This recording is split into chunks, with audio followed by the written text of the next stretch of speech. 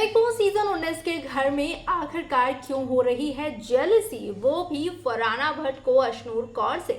चलिए जानते हैं पूरी अपडेट इस वीडियो में। अगर बात की जाए तो घर के अंदर फरहाना भट्ट गौरव खन्ना से कुछ ऐसी बातें करते हुए नजर आ रही हैं जिसे सुनने के बाद आप ही कहेंगे कि भाई फरहाना को अब अशनूर से जेलसी हो रही है।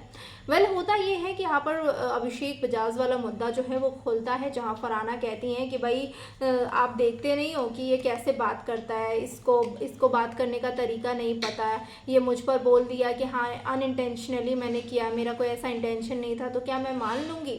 अब मैं सलमान सर ने अगर कह दिया तो क्या मैं मान लूँ अपनी गलती कि मैंने जानबूझकर उस मुद्दे को निकाला, मैं जानबूझकर फुटेज लेना चाह रही थी?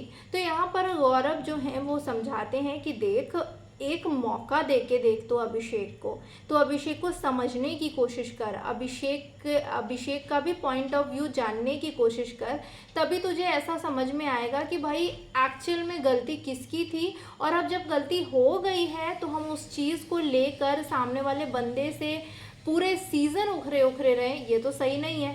तो यहाँ पर कहती हैं कि भाई आपने देखा नहीं वो गौरव अशनूर से कितने अच्छे से बात करता है, और मुझसे उसके बात करने का तरीका देखा आपने? मुझसे हमेशा ढीठ की तरह बात करेगा और हमेशा ठीक से जवाब भी नहीं देगा। जहाँ गौरव खन्ना कहते हैं कि तूने ये देखा है कि अशनूर कैसे बात करती है? कहीं ना कहीं गौरव जो है वो यहाँ पर बहुत ही अच्छे तरीके से समझाने की कोशिश कर रहे हैं फरहाना को कि अशनूर के वे ऑफ टॉकिंग अभिषेक के साथ बहुत ही डिफरेंट है। अगर तू भी अशनूर के जैसे वैसे ही बात करना जाएगी और तू भी अच्छे से अभिषेक को पूछेगी तो डेफिनेटली अभिषेक कोई इंसान ऐसा नहीं है कि भाई वो पागल इंसान है, बस वो किसी के ऊपर भी उछल गया।